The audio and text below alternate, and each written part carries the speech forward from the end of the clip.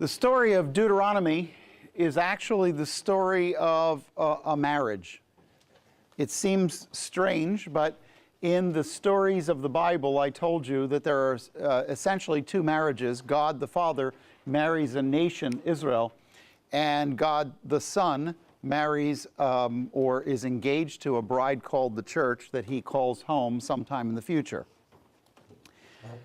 To understand Deuteronomy, Deutero, second, nomos, law, second law. To understand Deuteronomy, you have to understand that it is in fact a covenant treaty like a marriage. So after we pray, I want to take a few moments to outline where that comes from. But at the beginning of Deuteronomy, you want to put verses from Jeremiah 2, which set up the program of Deuteronomy as a national marriage. You should understand that in antiquity, people understood that a specific God oversaw a specific nation, and when you defeated that God, when you defeated that nation, you defeated the God of that nation. And so, essentially, Exodus and Numbers tell the story of the defeat of the gods of Egypt by the God of Abraham, Isaac, and Jacob.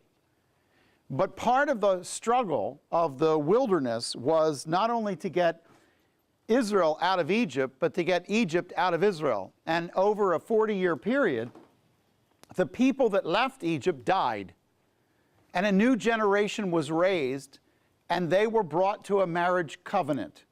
Now, there was already a declarative law. We declare the basic fundamental things that will make civil society as they went out on the camping trip, but they were not yet a nation. That rabble over 40 years was shaped into a nation and then made its covenant treaty with God as a nation in Deuteronomy. It is not a repetition of the law. You will read that widely. It is incorrect. Its purpose is different than the purpose of declarative law. The 10 chapters of declarative law were to describe civility at the beginning of the journey. The chapters that outline Levitical law, with 26 chapters, including 7 or 8 chapters about sacrifices, and then the applications of them and case studies, were about the criminal state of humanity after the fall and the need for some kind of substitutionary atonement to abate God's wrath. That was what was important. But Deuteronomy gives you something that no one else does, and that's the foundations of a nation. So for national law, when God set up a state, this is how he set it up. When he organized a national identity for his people, that means this. When you're structuring the idea of what God calls equitable government, you don't look at Exodus and Numbers, you look at Deuteronomy. Exodus and Numbers will give you civility, and it will be largely judged based on each individual acting civilly. There are communal statements in Exodus and Numbers, like when someone does this, the penalty for the judge should be to stone them. That is, of course, a communal thing. But the majority of Exodus and Numbers is about how you understand your personal response to God. Deuteronomy, on the other hand, is how does the government of a nation come together and understand the right way to make equitable peace among its people. In a way, Exodus and Numbers establish dating. Deuteronomy establishes a marriage. It formalizes between God and his people something. And that formality is not small. So we're going to spend some time looking at it.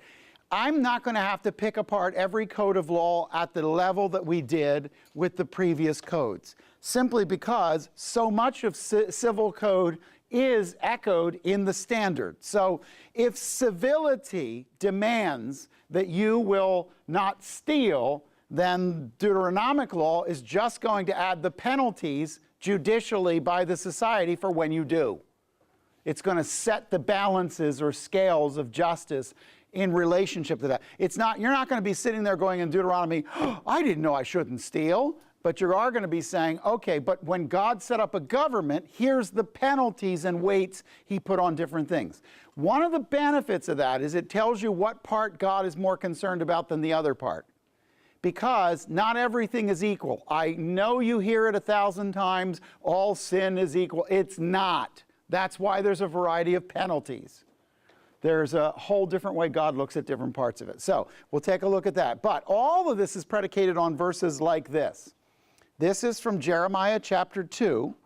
And when you're reading Jeremiah 2, he's been establishing Jeremiah 2:29, why do you contend with me? Now remember, Jeremiah is watching the fall of Jerusalem, the Judahite kingdom being led away in chains, the eyes of the king being put out, and he's being dragged off to Babylon. So the reason he's not such a happy, invite to the party kind of guy is because he's watching his nation go down. And those who feel a moral slide in their nation often are not the happiest people to be around. Okay? He says in Jeremiah 2:29, why do you contend with me? You have all transgressed against me, declares the Lord. In vain I have struck your sons. They accepted no chastening. Your sword has devoured your prophets like a destroying lion. Why are you fighting against me? I have sent you some specific lashings, and rather than be made right by your discipline, you just get harder. Then I sent you prophets, and you killed them. Then he said this, O generation, heed the word of the Lord. Have I been a wilderness to Israel, or a land of thick darkness? Why do my people say, we are free to roam, we will no longer come to you? Can a virgin forget her ornaments, or a bride her attire? Yet my people have forgotten me, days without number. He says, when he's watching Judah go into captivity, I established a marriage with you. And you're acting like you don't remember the wedding day. You're acting like you can wander with any god you choose or do anything you want, when in fact we have an established bridal marriage, a covenant. Where is that? That's Deuteronomy. That's why Jeremiah 2:32 refers to this. By the way, Hosea as a book refers to the Jewish marriage to the father as a given thing. But just to show you, Deuteronomy will formalize the wedding and formalize the covenantal contract. Let's just give a couple of opening lines to it. First, authorship. Obviously, the internal evidence is for Moses as the author of Deuteronomy. And the ending shows there was also an editor. Why? Because Deuteronomy 34 is about his death, and I don't think he wrote his death story. In Orthodox Judaism, there will be rabbis who will say Moses sat there in tears as he wrote the story of his own death. I don't think he did. I think it's perfectly fine that God uses more than one man to give you the final copy of the book. That's why I'm going to give you two ways of understanding the book, okay? There is the original set of documents from which the book came, and then the final copy of the book. The original set of documents are set out in a preamble with speeches 1, 2, and 3, and then the death story, which is a section 4. So there's 4 sections to the book as it was originally given. Not exactly as you have it. The preamble, to me, was added. Verses 1 to 5, and you'll be able to pick it out when you read it. It's a kind of run-up or narrative preamble to what the book's going to be about. I believe the content of speech 1, 2, and 3 are essentially the content of, boiled down into a single speech, many speeches of Moses. Jesus does the same thing. In the Gospels, he says the same things in different settings, and different Gospel writers pick up different aspects of it. But he uses some of the same lines. I think that God has given, through these 3 primary speeches in the book, all the essence of what is called the 15 codes of national law. So when you think of Deuteronomy, think of 15 codes of national law, most of which are found in the speech that's given right here in speech number 2. We're going to look at those codes very quickly, and we're going to outline them. But what's important for you is that this is probably, you probably have 3 original speeches, a death story put on the end, and a preamble put in the beginning with some amount of adjustment to it. Now, I'm going to break it down to what I consider to be the thematic way you understand the book. There are 4 themes in the book. They don't match exactly the structure of the book. So this is going to be my structural outline. And this is what you would get in college or seminary, at the bottom one. The top one is what I would call a more usable way of understanding the book. If I were teaching teens, I would use this, not this. This is great for literary structure, but honestly, teaching literary structure to people isn't as important as trying to get them on the page of what God is doing. So, to me, this is the review of the journey. And it's told in a very strange way. This is Moses speaking for God, but sometimes the I is God and sometimes the I is Moses. Mostly it's Moses. Mostly he says, and then I told you this, and then I told you this, and the Lord said to me, and then I told you this. It's kind of him, Moses, reviewing the journey. It has been edited. And the way I know that is it will say, and that is the place's name to this day. Well, Moses is not going to say a place name that comes 300, 400 years after him. So it's okay. God can use Ezra to edit Moses, and it's still God. The important thing is not the person who's writing, putting the quill to the parchment. The important thing is that the Spirit of God is the one who's the author. There's one author of Scripture. There are many writers, but there's one author of Scripture. And the Spirit of God is the author. But this is the review of the journey as it's given to us. And it'll give us a little bit of a sense of catching up from where you've been at the end of Numbers as you kind of went from Sinai to Mount Nebo, and the journey itself as it's kind of unfolded. Now, in 5 to 26, you have the 15 articles. There are 3 codes of law: criminal, civil, constitutional, and within the Constitution there are articles. This is the articles of the Constitution of the Jewish people. And I'll explain why that becomes important a little bit later. But the third part is the confirming of the covenant.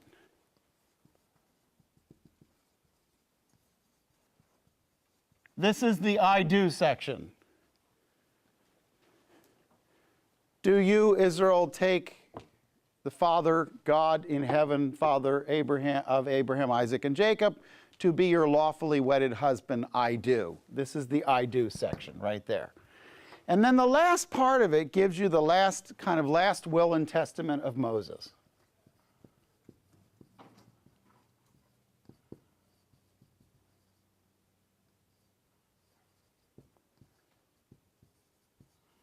Okay. So what you'll have is sort of the story that is a summation of principles. Now, each part of this is going to give you something that I think is the formula for the 40 years journey. And it's, if I had a, how do I say this? If I had a single theme for the book, it's the long way around. Taking the long way around. You have to understand something. This is a story of 40 years that would have taken 11 days if they would have walked it. I mean, talk about the long way around. It would have taken 11 days to finish this story. Instead, it took 40 years. So this is the story of the long way around, okay? This is like, wow, you got here that way? This is the person that went all the way around the world to come back to this point that was just across the street. Okay, 40 years to do 11 days. And it's the story of the long way around. But in addition to that, it also gives you something very important. First, let me set up Moses as the primary author, and let me just show you a couple of things. These words were spoken at Transjordan. Where's Transjordan?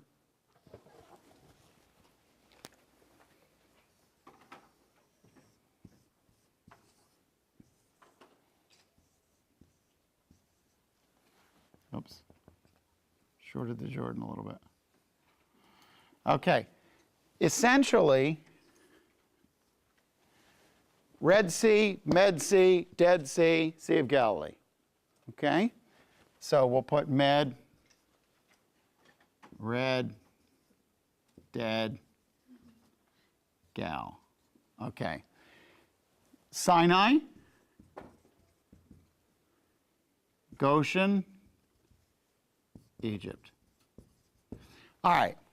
The important thing is, if Mount Sinai is here, and there are 8 possible places, and we're not exactly sure, but let's say they made their way from Goshen, and they came across here, and 50 days after they left, they got to the mountain of the law.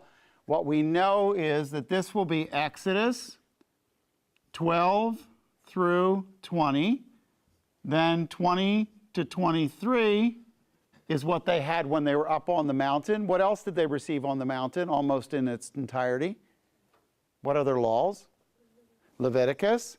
So they got Leviticus, and so they got 4 chapters at least of the declarative law or civil code of law. They got at least the Levitical primary chapters without the case studies. Then from Numbers, you pick up, by the way, Exodus 25 to 40 will be the tabernacle, which they do the collection for at Sinai, but they haven't gone anywhere. Now, after the time at Sinai, Numbers starts off in the first few chapters with the first 10 chapters with getting everybody together, and then wagons ho. And where they're going is eventually Nebo here.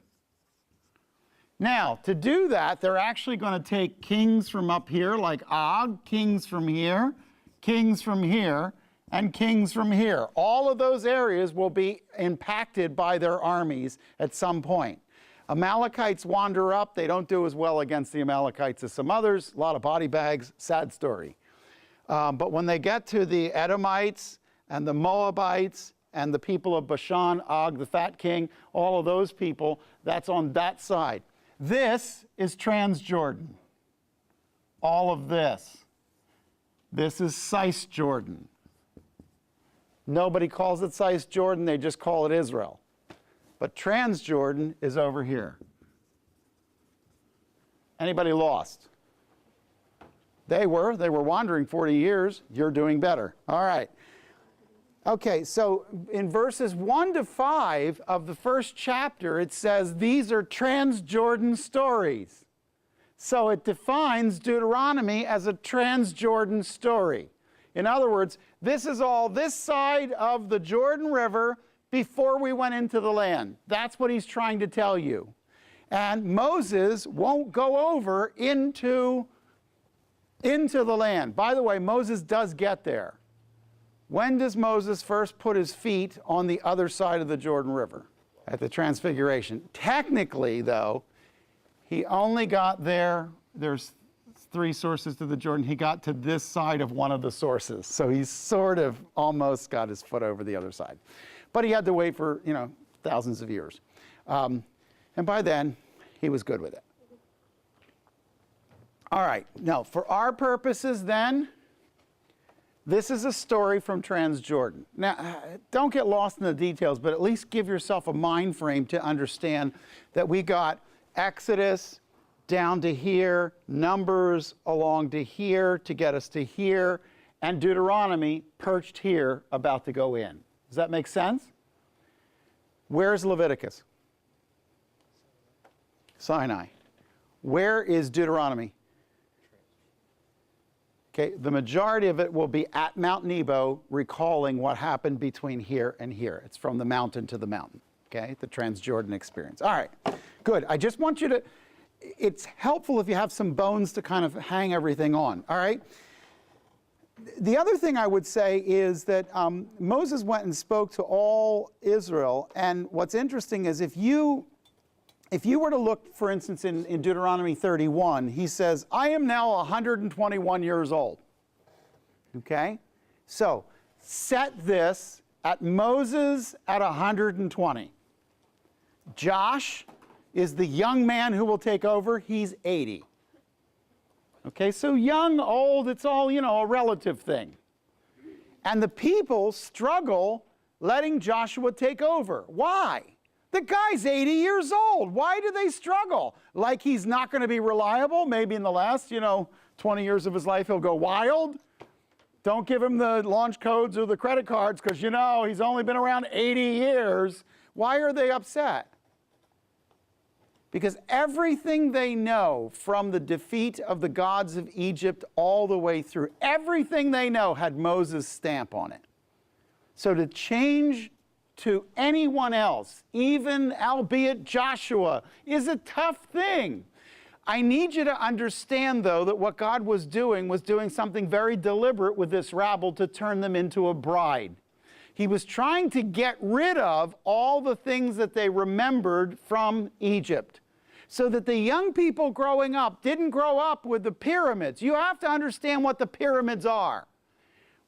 Can everybody picture the shape of a pyramid? Okay, Ra is the most powerful god, the sun god. That is sunbeams coming down to the earth. That's what it is. It is that the Pharaoh who's buried under that monument goes up and becomes the God who oversees the land. It is a worldview. The pyramids are not buildings. They're statements of a worldview. And God is trying to stamp out of his people a worldview, and he takes them to the opposite of everything that they thought was important. To Egypt, there were two worlds. There was chaos in the desert, death and chaos. And then there was the Nile and organization, and there was the idea that life was structured there. Pharaoh ruled over the Nile, Ra ruled over the Nile, the sun god ruled over the Nile, and the bringing everything into control was a worldview. We technologically have tamed the desert, and we control the world. God meets Moses in a bush in the middle of a wilderness. And Moses is totally thrown off because there's nothing organized about the bush or the wilderness. The worldview, let me put it in modern terms. Technology is bringing into control our lives so that we can push a button and sit in this room and control its temperature. That's true, but it's killing relationships. It is. The fact is that the moral standards and relationships, the margin in people's lives are breaking down. They're under enormous stress with all their time-saving devices. So something's working, but it's at a cost. Do we all understand what I'm saying? That there's a worldview out there that says it's getting better and better and better. We can do more with less. But really in life, we're working longer and longer and longer. So now we go to lunch with our wife. Yes, boss. And we're never not working. What they did was tether us to our work. 24/7. You see people on cruise ships. Okay, well, file that report. You're on a cruise ship, for crying out loud. Do you know the word vacation? And so what happens is, while we go up in one worldview of technology, some people are running around touting, isn't it wonderful? Now, are we all thankful that we have antibiotics? Do we not like the fact that we go into hospitals and have all kinds of things? However, it's put real pressure on many other aspects of our life. Relationships and family are at an all-time strain when technology is at an all-time high. My point is that sometimes a worldview has unintended consequences. The unintended consequence of the Egyptian worldview was that they could build and technologically subdue the world, but they lost all of the understanding of what really they were serving. So they ended up with a plethora of 300 and some gods that they were running around chasing. God meets them in the desert. There are no pyramids.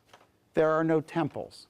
There are no buildings. You don't put up fences, you put up 3 rocks. Why? It's hot as blazes out there, and you're not going to build a wall if you don't have to.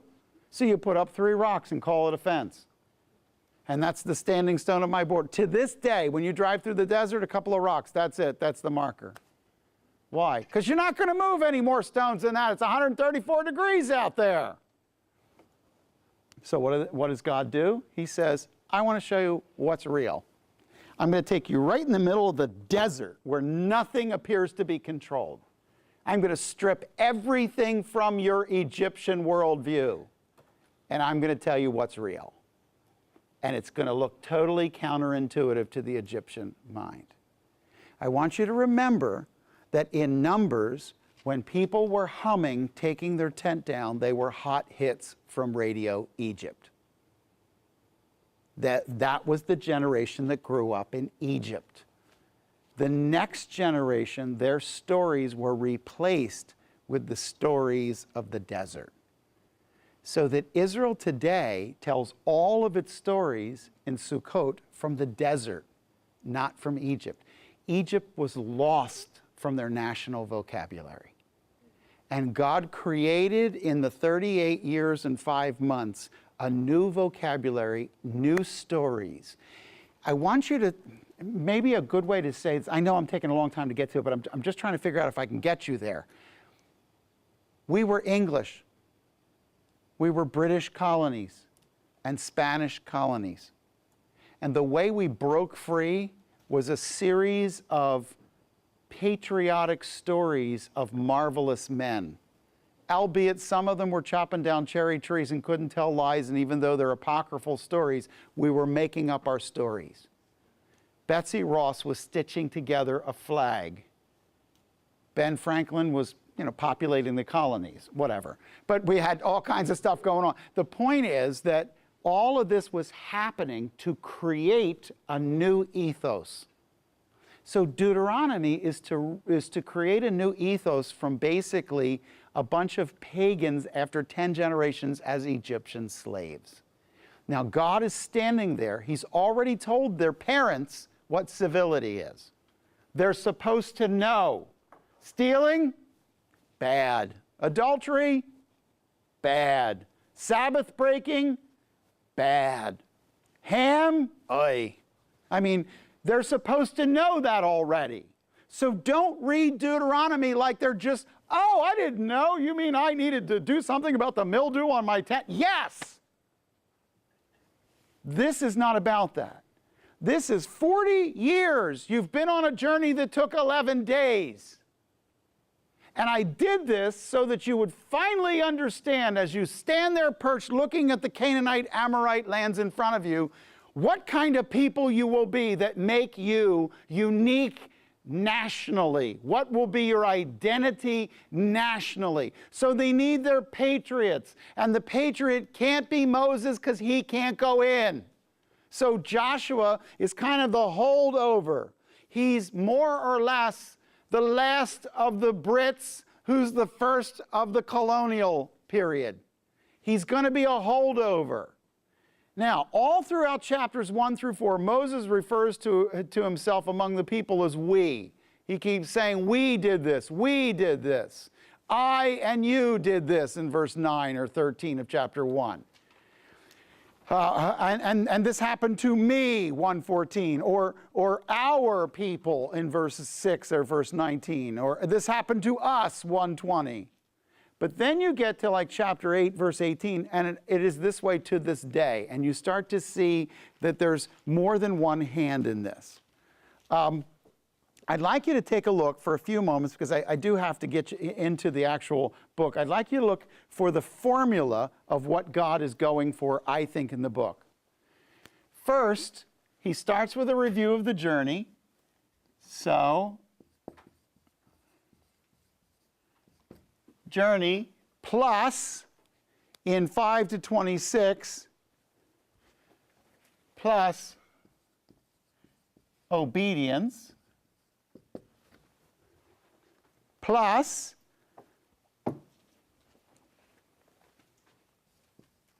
confirmed loyalty,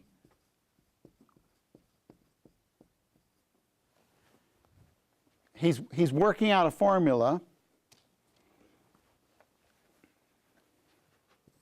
equals arrival and blessing. This is what I think is the formula for the book. God got you through. He told you what he wants you to do. He wants you to take a stand for it and stay with it. And if you do that, you will arrive and be blessed in the land. It is that simple. It's also that complicated. Now, he's not talking about individuals. He's talking about nations. But, you know, here's the problem. When I preach from an epistle on a Sunday morning, the epistles are written to a group, right? Now, the problem is the group is made up of individuals, and you're not going home with a group. You're going home by yourself. So in order to make it meaningful, I have to reduce both the group statement to an individual statement, but always keep in mind that the you is plural. That when you're thinking, why is a plural you important? Well, because if you're, let's say you get to 1 Corinthians and it says, covet earnestly the best gifts. Well, then an individual would go, so I should seek God to get that gift. No, but the you is plural. It meant as a group, covet earnestly the best gifts. So it can change the meaning of something. I want you to keep that in mind as we move through Deuteronomy, because some of the you is you as a group, you as a nation. All right. I think I'm going to dump the rest of this because I think you're going to be bored with it, and I don't think it's absolutely essential. So let's go to... The date for the book is 1406 BC. How do I know that? Well, because the people departed in Numbers 33:3 or Exodus 12:2. They departed on Nisan the 15th in 1446. And this is now 40 years later, so it's 1406. By the way, I could walk you through when they were at each place. For instance, they got the first day in May or June of 1446, they were at Sinai. I could tell you that in March or April of 1445, the tabernacle was erected. The Bible has some date pins in it. But the important thing is if you put about 1406, I think we can get into this. All right, let's take a look now at the beginning of the book. Go to the first 5 verses, somebody nice and loud, verses 1 through 5. These are the words which Moses spoke to all Israel across the Jordan in the wilderness, in the Arabah opposite south between Haran and Tephel and Laban and Hazeroth and Dizahab. And it is the 11th day's journeys from Harab by the way of Mount Seir to Kadesh Barnea. In the 40th year, on the first day of the 11th month, Moses spoke to all the children of Israel according to all that the Lord had commanded him to give to them, after he had defeated Sihon, the king of the Amorites, who lived in Heshbon, and Og, the king of Bashan, who lived in Ashtaroth and the Edrei. Across the Jordan in the land of Moab, Moses undertook to expound this law, saying. Okay, now stop on the saying, because do you notice that in the beginning, circle the word in verse 1, these are the words Moses spoke. So he defines these are going to be a series of, this scroll contains a bunch of sermons. That's what he's saying. So these are the sermons, and it tells you where he was. You don't need to know all of them. The Arava, by the way, just for the sake of knowing, the Arava is a wilderness right here. It goes from the bottom of the Dead Sea to the top of the Red Sea. And it's a depression. The Negev goes across here. It's a depression that goes at the top of Sinai before you start climbing up into the mountains. The important thing is all those places are very real places. When you visit them, you can see them. You understand what he's talking about. It's not important for you other than to get to the place that you understand that he says, this is the end of the 40 years. We're over this side. We've made it through all these, and this is a record of the speeches of Moses. In a sense, they become a very important national record because they become like the addresses of George Washington. He's going to be the George Washington figure. We're talking nation building here. So this is now a bunch of kids, and all they know, probably most of them have never actually seen Moses face to face. They've seen him at a distance. He's a really old guy, and what they know is that he got them through the desert. And by the way, a lot of their parents got swallowed by the ground, and terrible things happen. And now they're an army. They're ready. They're ready to go into the land. And what's interesting is he goes on and he says in verse 4, after he defeated the king of the Amorites who lived in Heshbon and Og, the king of Bashan, who lived all the way up in the north part, and across the Jordan in the land of Moab. And that's where Nebo is. Mount Nebo is in Moab, okay? Now, we start the first speech, and here's what we want to know. This is sometimes quoting God. Mostly this is Moses speaking, and he tells a story. And he says, I want to take you all the way back to Sinai. Why is he doing this? Well, in this first speech, he's going to go back and he's going to tell them, I want to take you from Sinai to Kadesh Barnea, and he's going to do that in 1:6 to 2:1. So basically, chapter 1 is getting from Sinai into the wilderness. Let me tell you how we got going. And he said, God spoke at Horeb. Horeb is another word for Sinai. God spoke at Sinai, saying, you've stayed long enough at the mountain. So there came a time when God said, okay, I enjoyed this time at the mountain, get out of here. You need to go to the land. Turn and set your journey and go to the hill country of the Amorites, to the neighbors of the Arava, to the lowland of the Negev, land of the Canaanites, Lebanon, as far as the great river Euphrates. He says, I want you to get out of here. I want you to head north, and I want you to take the land that I've given to you. So God outlined for us. Moses begins by saying this: we didn't think up this journey. God told us exactly where to go. And in fact, he told us to go places we had never been. Because here's a truth. One of the principles of your life will always be this: you do not see it as big as God does. Whatever your goal is for your life, it's a lot less than God's goal. You cannot imagine the land he has before you. And so he tells you, I want you to go out there and do something because he has something bigger for you planned than you have planned. They didn't even know these places. But he said, when God told us to do that, it says in verse 8, see, I have placed the land before you. Go and possess the land. We did not come and dispossess people of the land. We came and took what God told us to take.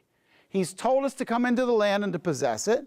And the land the Lord swore to your fathers, to Abraham, Isaac, to Jacob, to them and their descendants after them. So the land contract, while we've been in Egypt, was still in effect. We owned the land because God titled it to us in perpetuity, even though we haven't been there. And then he says in verse 9, I spoke to you at this time, saying, I am not able to bear the burden of you alone. The Lord your God has multiplied you, and behold, you are this day like the stars of heaven in number. Moses is going backward, and he says, I told you way back when we left Sinai, I can't possibly lead this number of people. I do not have the ability to pull off this journey. So he says, God told us to go, he sent you under me, and I am totally incapable of doing it.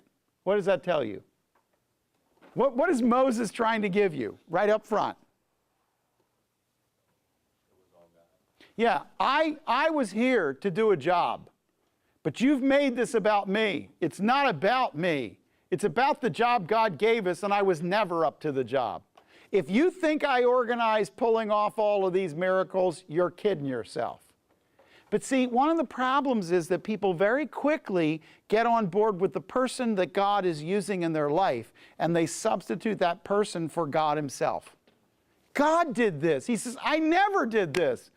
And you know what? You have no idea. I went home and kicked my cat in the tent and couldn't stand you people. I mean, he didn't say that, but you know what I'm saying? He's like, you're thinking I'm like, woo, I'm like Moses. And he says, I'm going home and I'm going, oh, if these people don't get out of my way, I'm going to have to kill some of them today, you know? And then he says, then God decided to multiply you like the stars of heaven in verse 11. And he said, the Lord God increased you 1,000-fold more than you are and bless you. He says, I want God to continue to bless you and continue to grow you and continue to make you big. How can I alone bear the load and burden of your strife? So he goes to verse 13 and he says, I'm not going to be able to pull this off. I knew it way back when. I've had to go through a time when I had to learn this, but you're going to have to choose discerning, experienced men from your tribes, and I will appoint them as your heads. Notice what happens. He says, we're not ready to go into the land. And all the way back in Sinai, I learned that you can't be formed around me. And I learned that you had to come up with people that you could follow that were closer to you. And there needed to be a division of responsibility.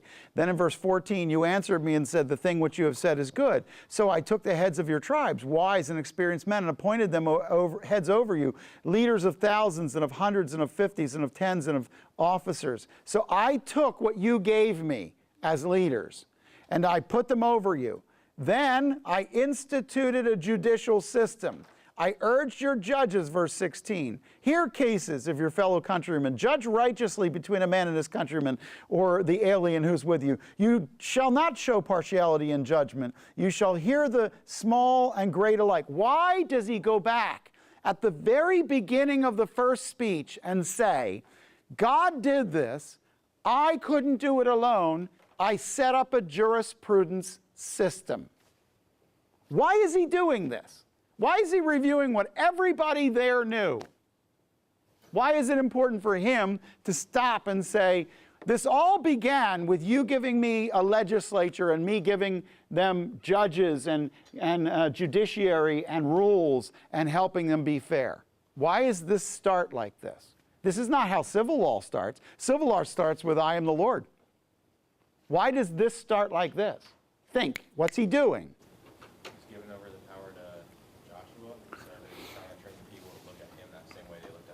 Okay, part of it is going to have to turn the mantle over to Joshua, and by Deuteronomy 34, by the end of the book, that's what's going to happen. But he also starts off with, there are many people that make up this government, not just me. Why? He's establishing a government. He's trying to get you to understand. I want you to recognize that in our country, we do the same thing. We make it like the president is everything. The president isn't everything. The bigger problem we have in this country is not whether you agree or disagree with the president, but it's all the people of a party he brings in and what they believe. So today, people will go, well, that's in the platform, but they don't really believe that because the president believes this. Now, wait a minute. The platform is what determines what's going on in the machinery behind the scenes. So the president can get up and say, I don't really agree with that, and you can vote him in, but that's what you're going to be governed by. You're going to be governed by platforms and machinery. He's trying to say, there's a machine behind this. Verse 19, then we all set out from Horeb. And we went through all the great and terrible wilderness which you saw on the way to the hill country of the Amorites, just as the Lord God had commanded us, and we came to Kadesh Barnea. Kadesh Barnea is in the southernmost part in the Negev, in the southernmost part of the desert of Israel. That's as close as you got. You nibbled from the edge. And in Numbers 13, you sent up some spies with Joshua and Caleb, and you also found you're disgusted and went running up there and tried to kill them and ended up in body bags. He says, you remember Kadesh Barnea? They all went, yes. Verse 20, I said to you, you've come to the hill country of the Amorites, which the Lord our God is about to give you. See that the Lord your God has placed the land before you. Go up, take possession as the Lord, the God of your fathers, has spoken to you. Do not fear or be dismayed. Then all of you approached me and said, let us send men before us. Let's send up a couple of guys and just check it out. Let's send in some spies, because after all, so I would write next to verse 22, Numbers 13, 1-3.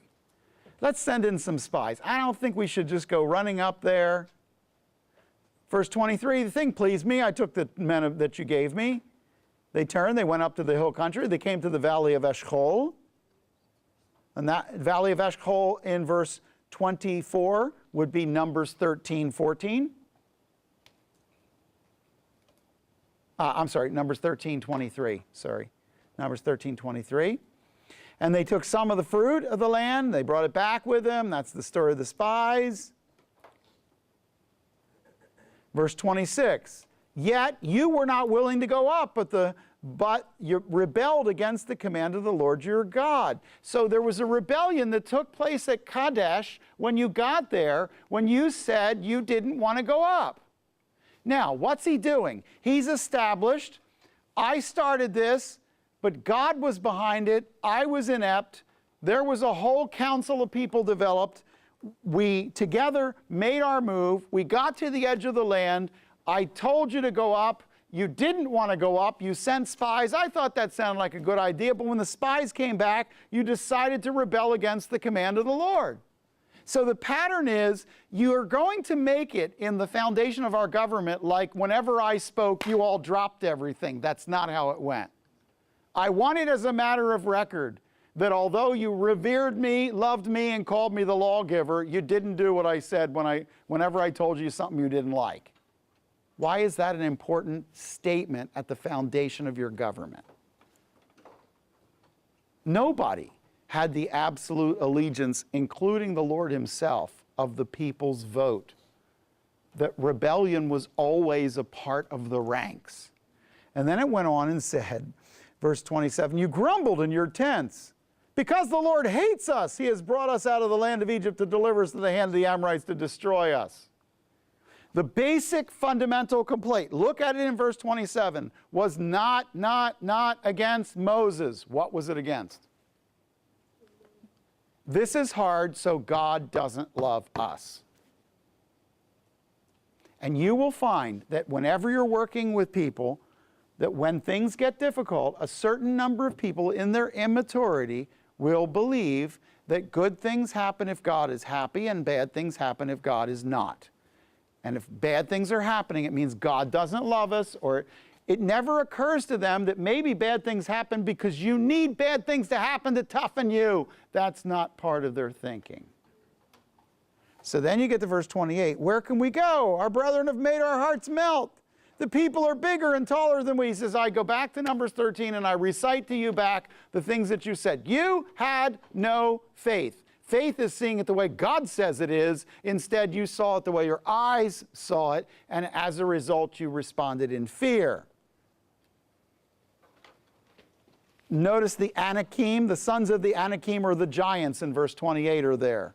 And I said, don't be shocked. Don't be afraid of them. The Lord your God who goes before you will himself fight on your behalf. God is not asking you to take the land. He's asking you to show up while he does. But he will not do it for you if you won't show up. You must be there in order for him to do it.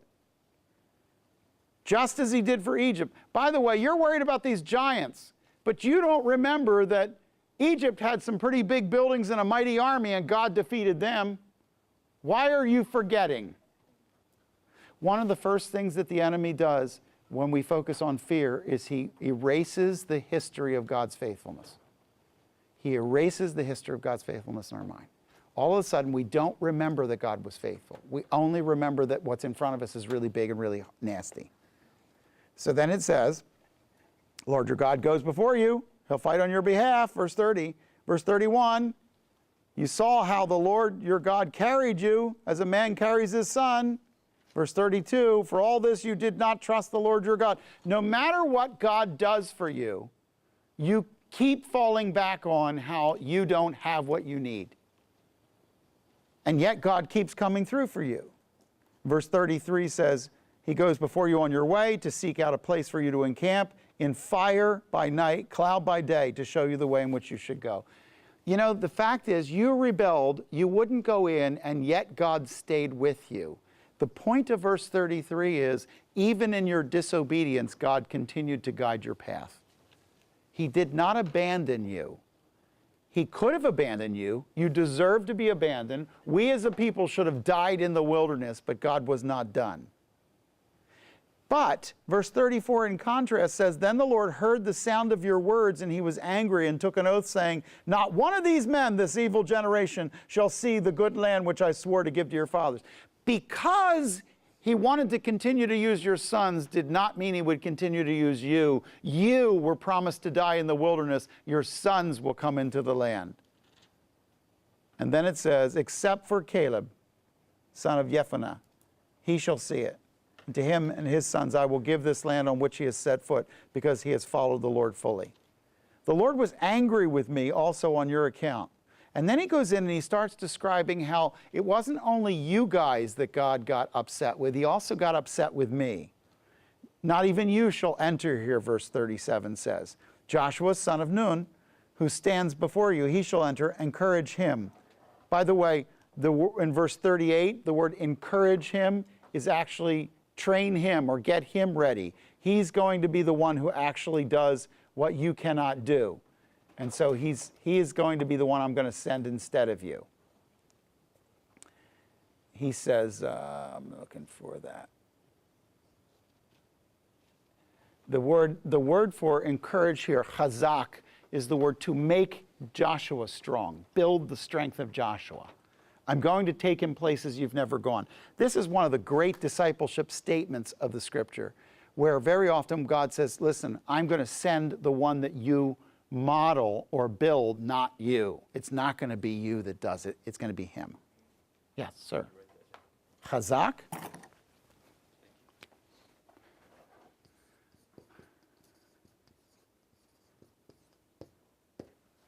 Chazak is like power, strength. Build him up, make him strong. It's a bodybuilding term today. In fact, gyms, there's a gym in Israel called Chazak.